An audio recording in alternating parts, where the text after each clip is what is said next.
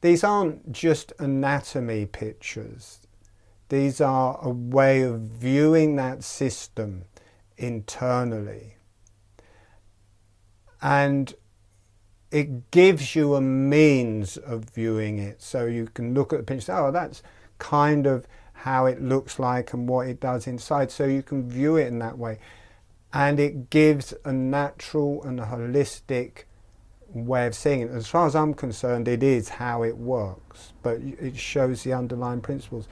And once you view your central nervous system and brain in that way, it's whether you're doing holographic breathing or not, it just starts opening up, starts receiving energies, it starts connecting with God, the higher self, the creator, whatever. It starts connecting to the earth. This whole thing goes off.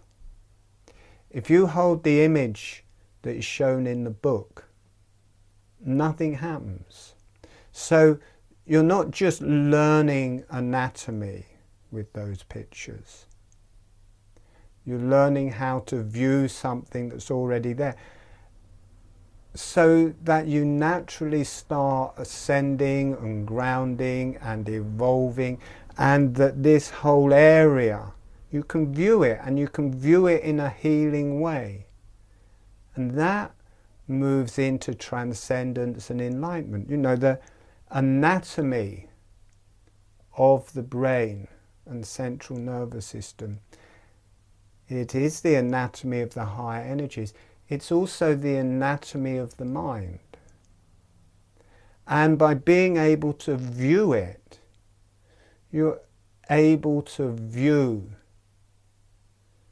the qualities and mechanics of the mind. It's not so much watching thoughts. There's a certain quality to the intellect. There's a certain quality to the mind, and you start becoming aware of that. And when you start becoming aware of that, you are no longer it. Once you're viewing something, by definition, you are no longer that. So it's incredibly important to have images of the brain that are holistic and make sense, because that automatically brings you into a domain when you can start ascending, you can start evolving. This whole area can start communicating through your body. It can communicate with the earth, and it can communicate with the higher self. And I don't think it's a coincidence that there's an image in the anatomy books that stops that from working. I don't think that that is an accident. I don't think that the scientists put it there because of that reason, but I think some whole energy thing, the stars, the planets, the energies, whatever, put that there's some kind of block. It just seems like too much of coincidence, this thing that is totally impossible to work in that way. If an 8-year-old child understood the basic anatomy of the brain, he or she would know that what was in the anatomy books just can't work. It's not like you need much intelligence to understand it. So how that image was first come about, I don't know. And how it ended up in the anatomy books, I don't know. But I think it's important to have a way of looking at that anatomy that opens up to the higher energies, that gives you a way of being with your mind. The myelinating glial cells have that quality of the mind. They're kind of for me, the myelinating glial cells are the interface between the intellect, mind, and the higher self. They move between those two realities. And when I was painting the pictures of the myelinating glial cells, I could feel my mind becoming more and more active. But at the same time, this ability arose because I was looking at the pictures and painting them. I could just drop back and out of that and just be aware of this channel coming through, or the higher self, or samadhi, or whatever you want to call it, where you're no longer a prisoner of that area. So it's not just anatomy, it's not just a theory, it's a truly important part of evolution and a tool for ascendance. So that is how I see it. I couldn't paint. I'm totally dyslexic. I can't paint. You can't look at these pictures in the anatomy books, or most of them you can't. They're just not there. I had to paint them to show these things. And I started off, suddenly I could paint and do these pictures, and I spent about 1.5 years doing it, slowly going through, and then it kind of came to an end and I couldn't paint again. I couldn't do any more pictures, but they have a certain quality to them, they have a certain feel to them. So if you think of your brain as just a solid thing, then there's no fluid there. But if you look at it from the inside, notice this is all water.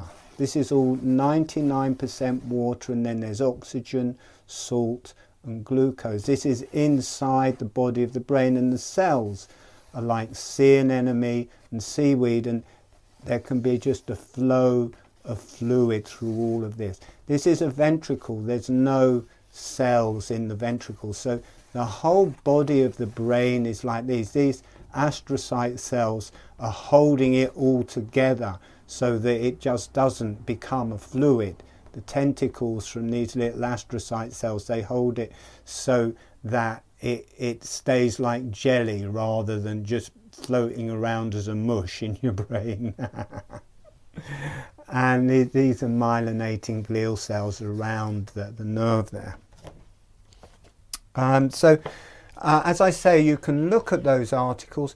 Really, really worthwhile to do that. You know, people think anatomy is boring. That is such a load of rubbish. Anatomy is the sacred geometry of your body. Look at human anatomy. Look at what they look like. And then at different levels, that becomes energy. So here we have a picture of the ventricles. There's 2 of these. These are in both hemispheres of the brain. This is in the center of the thalamus between them. So this is 2 halves of the brain. And then this comes down through the brain stem and then down through the whole spine. So that's the ventricles. All around the outside of the cranium is cranial fluid. These are like caves full of cranial fluid, and then the whole brain is cranial fluid with seaweed. So the ventricles are a bit like caves with no seaweed in it.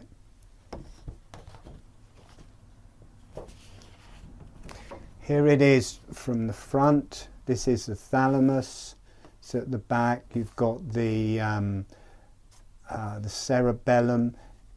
This is the 3rd ventricle in the middle of the thalamus. The thalamus expands backwards. I couldn't do 3D at the time, but the thalamus will expand back, and these ventricles wrap around the thalamus, and then the 3rd ventricle is inside the thalamus, drops down inside the whole brainstem. So these are kind of central in the cerebrum. So water is at the center of each hemisphere of the cerebrum. It's center in the thalamus. It's center in the brainstem. It's center down through the whole spine, and it's just water. And you have to take that into consideration when you're looking at your anatomy and you think the brain is something solid, intelligence is something to do with the glial cells, that actually at the very center of the brain, of the spinal cord, of the brain stem, of the thalamus is water. And intelligence can go through water just as easy as intelligence can go through cells. And the cells are made of water anyway. So here we have it looks like a little bird. It's got the thalamus in the middle with the ventricles wrapped around it. Third ventricle in the middle, that's the thalamus, the brain stem, that's the cerebellum, cerebrum. See, doing it in watercolours, it kind of just brings it out as water. I'm not going to show many, I'm just going to give you an idea.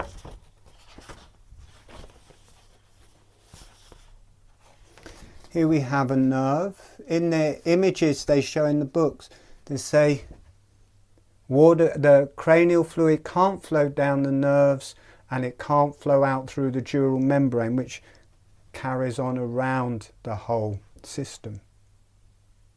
One fundamental underlying principle of water in the body is that water can flow anywhere. It will flow through any membrane, it will flow through any cell in the body, and if it's going through cells, it just flows via osmosis. Water just goes anywhere. If the pressure is more on one side, it will just flow through that cell, through that membrane, whatever.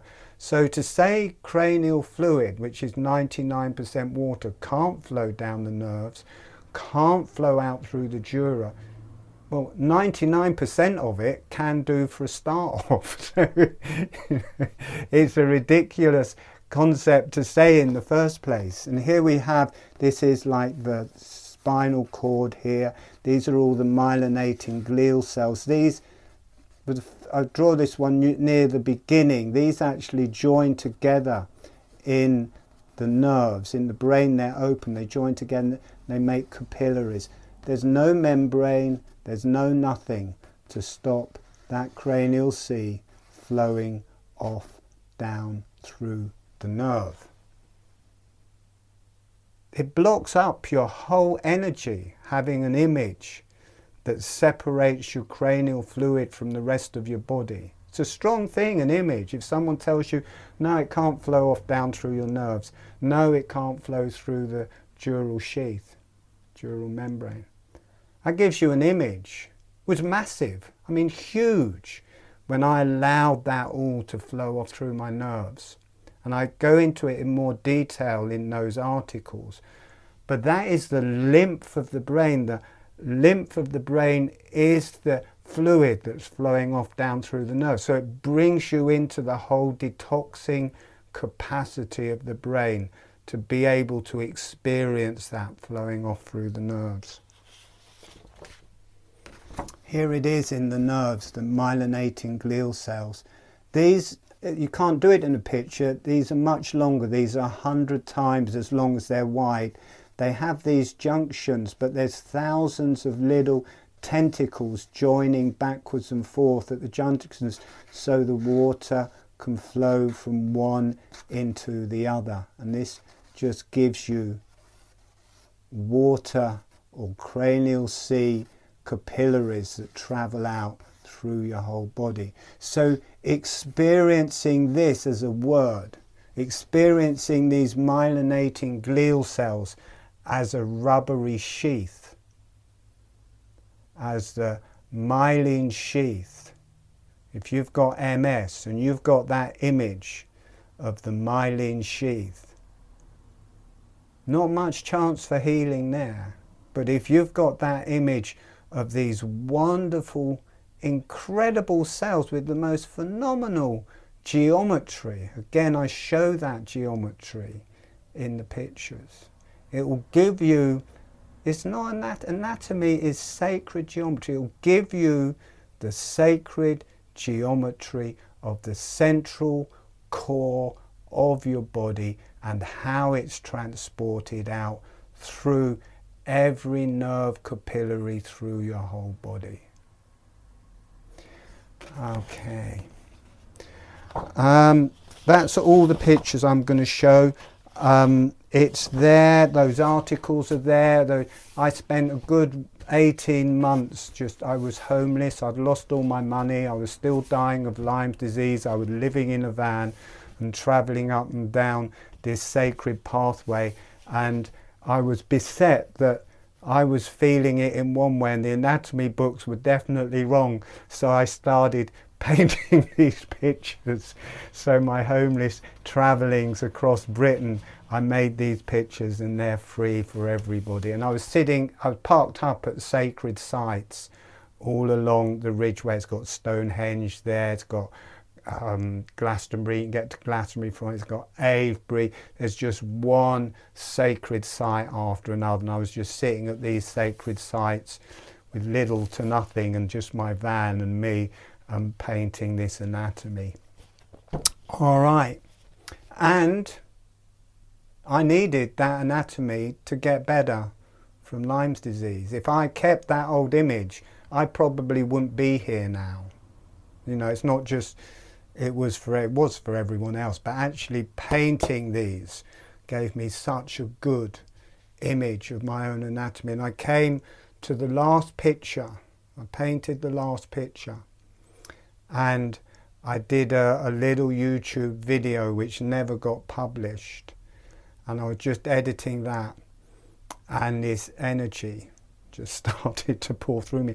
Painting these pictures, I was becoming more and more able to view the inside of my brain and how it worked and everything. And the Kundalini rose and travelled through the brain, carried on. The most terrifying experience of my life, and it never stopped. That just went forever. So that won't happen to other people. It's only if I needed to leave society completely. I needed to be alone.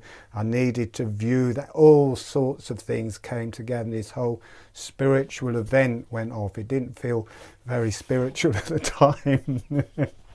I would have done anything to stop that energy running. But you cannot be your mind any longer. Once that energy travels through the brain, once that energy travels through the myelinating glial cells and through the cranial fluid, that door never closes.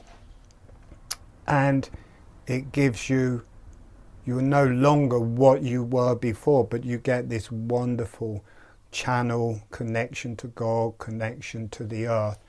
And I don't think it happens to people unless they're along the line or they're ready, because you definitely have to have the wherewithal not to get banged up in a loony bin.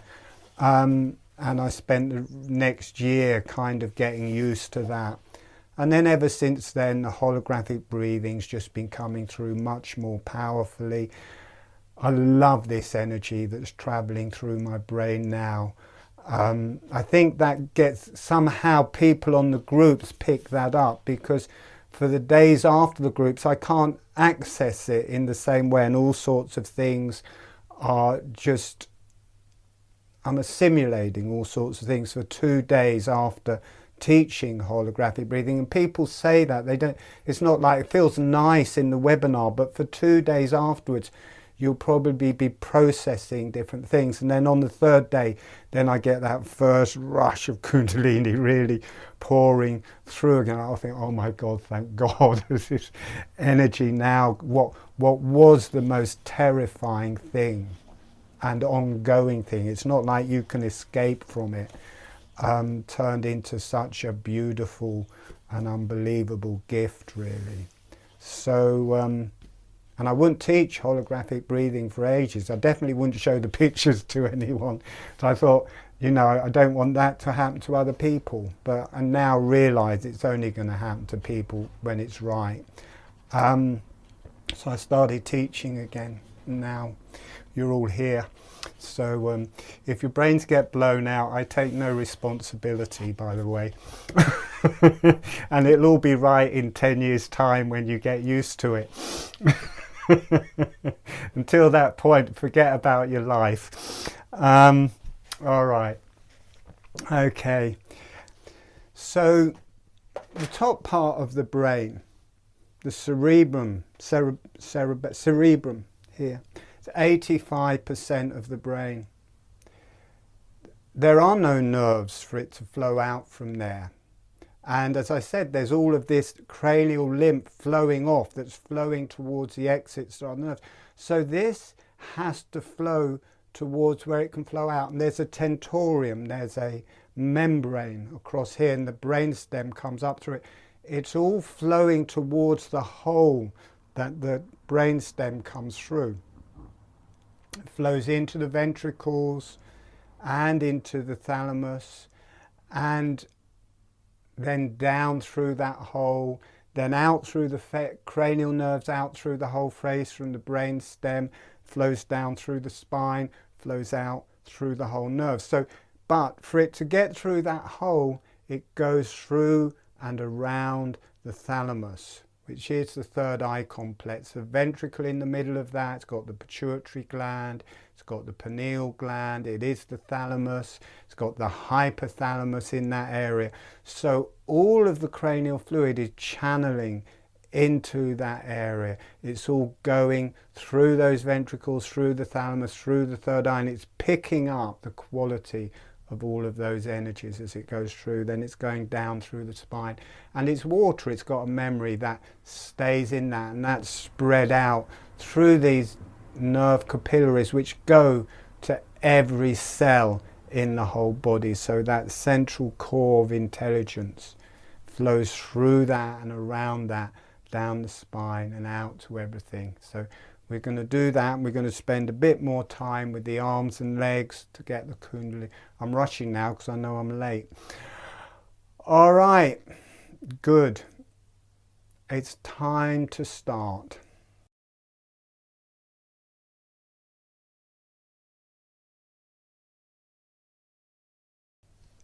So, closing your eyes.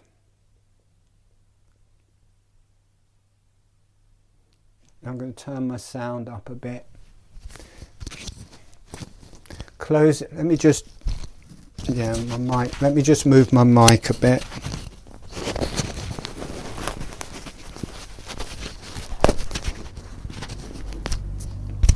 Okay, closing your eyes and dropping into the holographic breathing.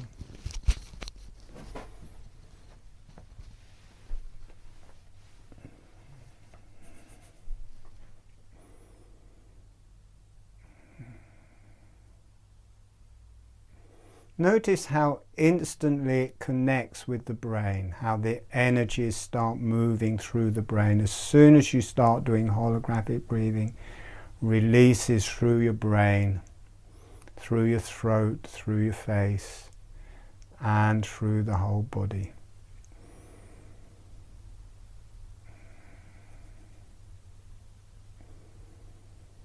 Just feeling that sideways motion.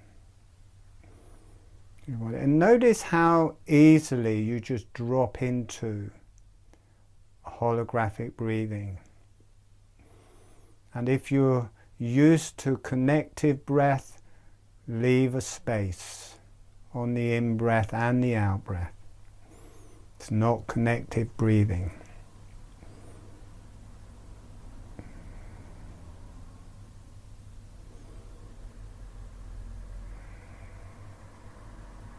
The whole torso, the whole face and head, the arms and legs, opening on the in-breath, closing on the out-breath. Becoming aware of the cranial fluid around the spine, around the brain, breathing. Becoming aware of the lateral ventricles in each hemisphere of the brain, breathing.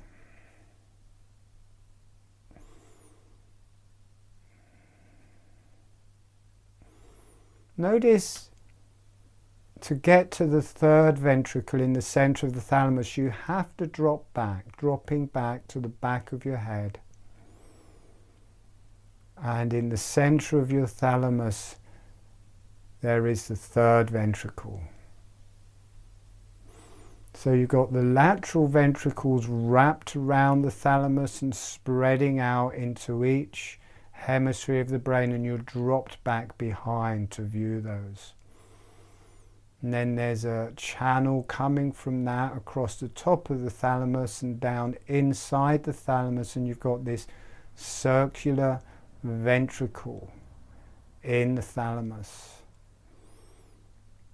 At the front of it you've got the pituitary gland, and at the back of it you've got the pineal gland, and that whole front area inside that is the hypothalamus, and the whole area is the thalamus. You've got all of the cranial fluid slowly moving from the cerebrum towards the thalamus, into the ventricles.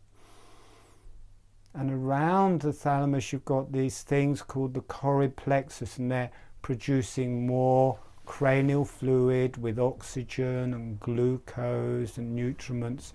And this extra nutrition, this extra oxygen, this extra glucose and salt and water is flowing into the thalamus, flowing into the third ventricle, and you've got all the central operating areas of the brain. And this water is flowing through it. You've got all of those nutriments, and it's connected to God. You've got the third eye there, that is the third eye complex, and that releases up through the crown chakra, up into the heavens, up into the subtle realms, and all of that water is ventilating that area, and that water is the center of that area, and it's all coming towards there. It's getting more oxygen and glucose, and you've got that light of the third eye, of that whole area being imbibed into the water. And then that drops down. Notice as that drops down through the center of the brain stem, and through the brain stem it starts grounding. It's very high energy in the third eye, and as it drops down through the brain stem it starts grounding. It's like a little person, and the thalamus is the head. You've got the cerebellum at the back, the brain stem in front, so you can sit back into the back of the head, and out of the brain stem at the front you've got all of the cranial nerves, and all of this cranial fluid or cranial sea imbibed with the third eye flows out around the face, around the cranium, through the teeth, through all the areas of the face, taking that wisdom, that energy, that knowledge, and it flows down through the spine, and also from the brain stem you've got the vagus nerve, all of that water flowing down through the vagus nerve, through the lungs, the heart, the intestines, feeding them with nutrition and light and enlightenment. And this water, salt water, flowing down through the spine, carrying all of that connection to God, to the Creator, connection to the third eye, connection to the crown chakra. That's imbibed into the water's memory, and the water starts flowing off down through the nerves. Down through, from the neck it's flowing out, down through the arms to every finger, these capillaries full of water. Then around the chest into the lungs, around the abdomen into the abdomen, down into the pelvis, through the sacrum, into the genitalia, into the rectum, into all the organs in the pelvis, then down the legs, through the nerves in the legs, and out through every capillary, every myelinating capillary, to every part of your body. And you've got this light going off in your head, and this unbroken connection of water for that light to flow through, out through your whole body. Healing everything, healing your nervous system, healing the myelinating glial cells. You've got God, you've got the Creator flowing through every nerve capillary, to every part of your body, right into the fingers and toes, through your whole face, through your throat, to every organ. Gently breathing with the holographic breathing.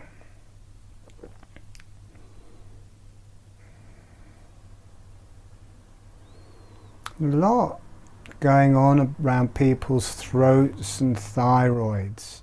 Being aware of this water flowing out from the spinal cord in the neck to around the Adam's apple area, around the thyroid area. A lot of tiredness issues. Let that connect up through there into your thyroid.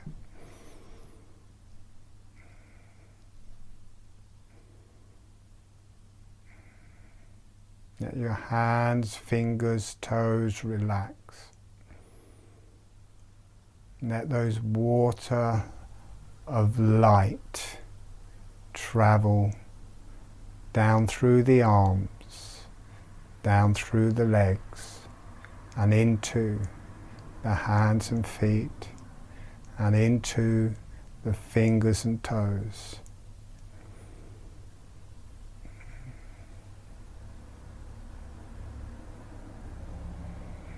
Let your body heal. Your body is water, and the nervous system is a body of water.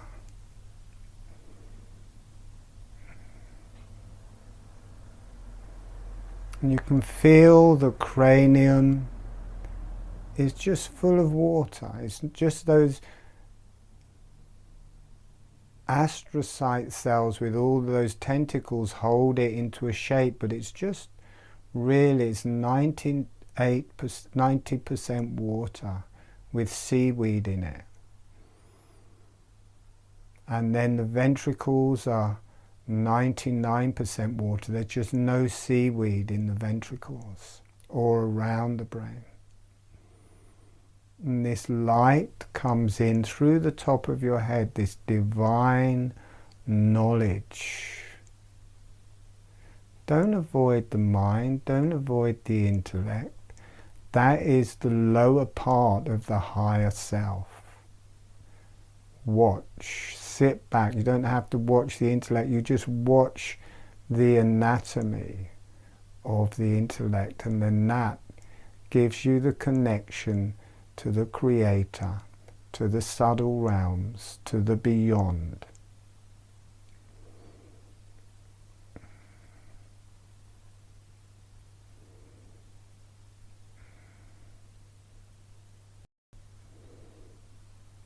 Letting that come out, especially around the trachea and throat area.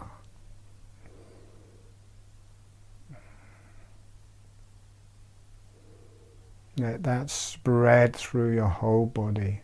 The throat is where a lot of people channel from. Allow your throat to relax so that that channel and energy comes through you. You have to let your throat relax to be able, there we go, then your channels can come through. Once you let the neck and throat relax, then the brain melts, the face melts, and you connect strongly to the higher self. Let your throat and neck melt, and let that energy flow through you from your beneficial energies, from the gods, from the Creator.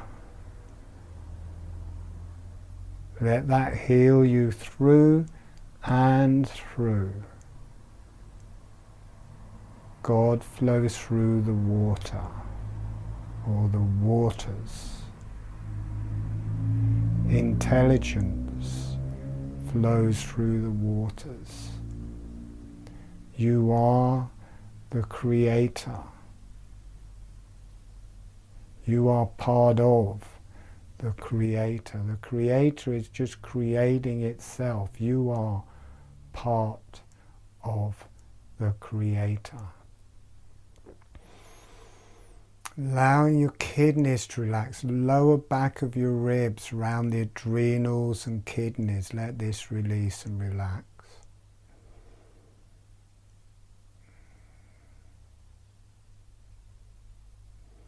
Letting that flow off down through your arms and legs. Allow yourself to channel.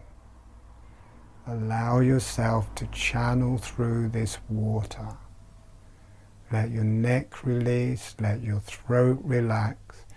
Let those energies pour through you. Let the divine open through every cell, and let the waters communicate that to every cell. Let that heal your brain through and through. All of those glial cells floating in water, let them heal. Back of the neck.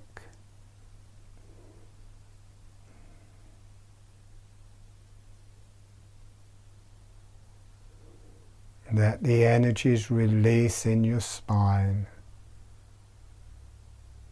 and through your head. Now the energy's also running the other way. Spine is releasing, pelvis is releasing. It releases through the brain, up into the higher self.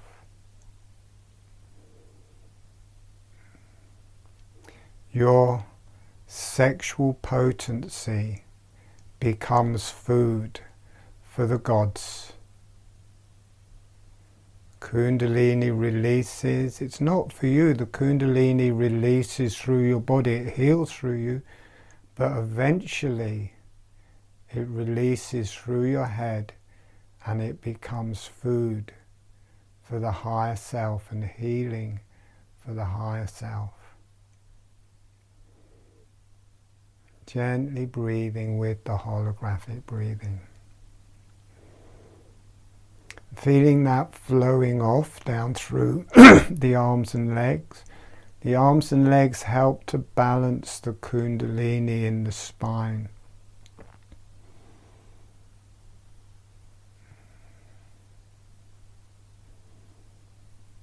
Feeling the arms and legs breathing. Notice how the energies in the spine are balanced by the energies in the arms and legs.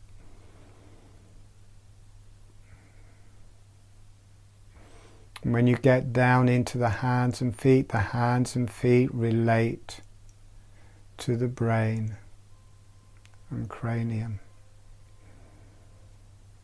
It all becomes one energy. And spine pulses and releases, and a whole new intelligence starts to open up through your spine. A new healing system, a new way of viewing, a way of clearing your bardo, every bit of karma from every lifetime, as the spine starts to awaken and the brain starts to awaken. This is the beginning of a new reality. This will change your life forever.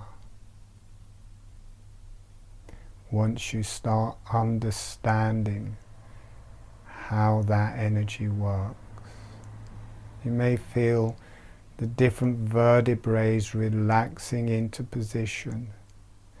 You may get a different perspective where you may be sitting back and viewing your brain rather than being your brain and the intellect. You drop back and the wheel of Dharma starts to spin. Rather than being the wheel of Dharma, you are watching these energies turning through your brain, your spine releasing.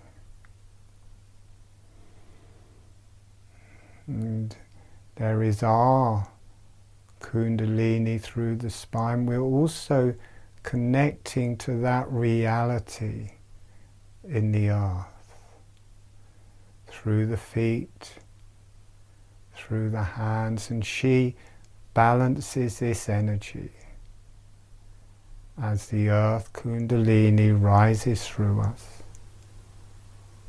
It's a much easier energy to be with than our own Kundalini. It's kind of bigger and gentler. This also moves in the same way through the spine, through the brain, and communicates up into the heavens. Breathing, whatever you're feeling is fine. It may not be as what I am describing, but just being with that. And it's important to be aware of the arms and legs because they will balance the Kundalini in your spine. And the connection to the earth will balance the Kundalini in your spine.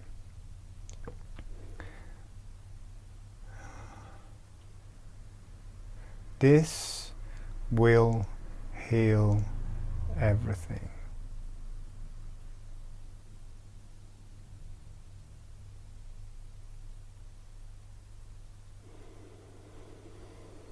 Gently breathing with the holographic breathing.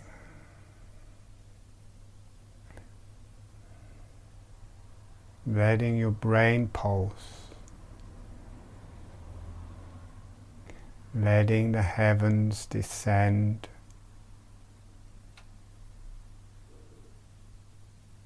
Sitting down into your pelvis, sacrum, down into your rectum. Sit down into your rectum and ground through the sit bones and rectum.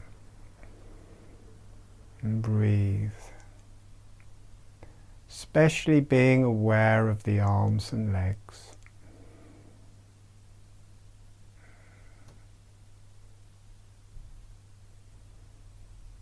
Notice how once you're aware of your arms and legs, this light slowly starts percolating. Become aware of the arms and legs and become aware of the TMJs where the jaw is joining into the cranium. This is like the arms and legs for the cranium.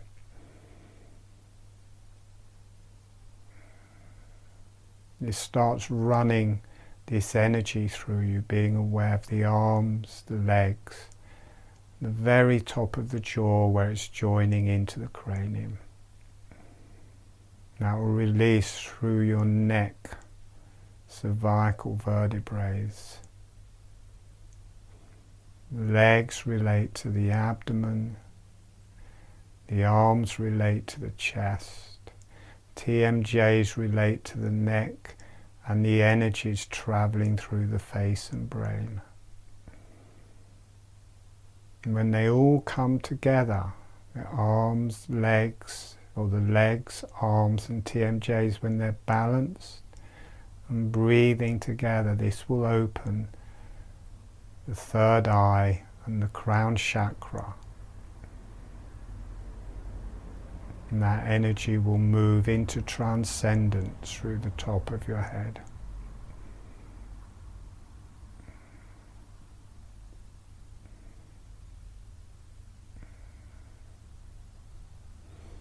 With your arms, you may feel your shoulder blades starting to melt. Let your shoulder blades melt.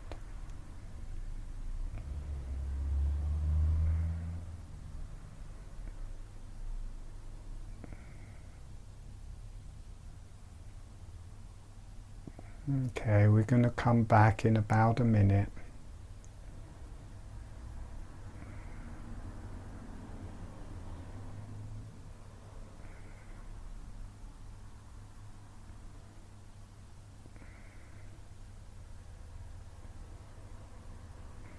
And sending a thank you to the earth. Sending a thank you to the higher self, the subtle realms, the beneficial energies. And thanking yourself. And letting the energies go off for love and healing to the earth. Love and healing to the higher self and the beneficial energies. And letting yourself be loved and healed. And letting the energies go out to all sentient beings for love and healing.